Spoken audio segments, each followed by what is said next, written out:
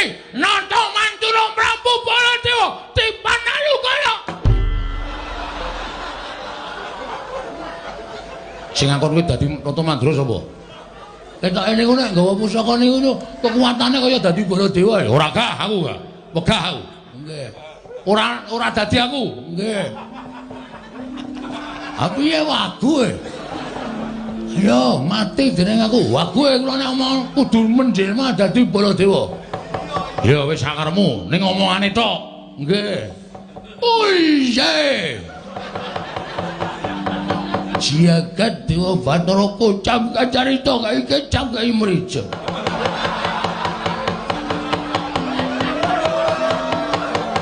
Raden Janaka, Raden Werkudara.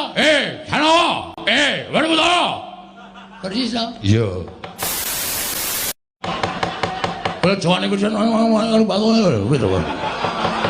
Kowe mari ana wae ketipan mungkin negara krakon mati jeneng awe.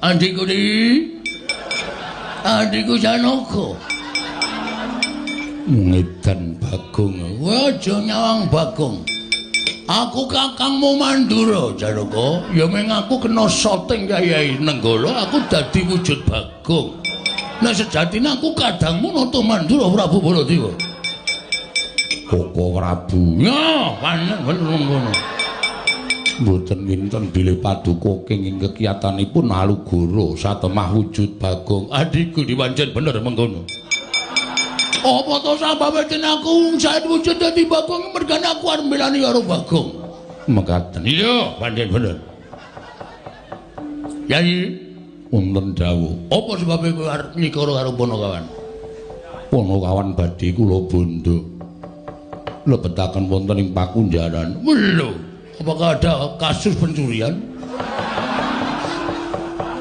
Mboten Koko Prabu. Lah ngopo? Nek nganti Panakawan kowe wani gendasi karo Panakawan. Kowe ora eling Janaka. Kowe ora eling. Kowe iki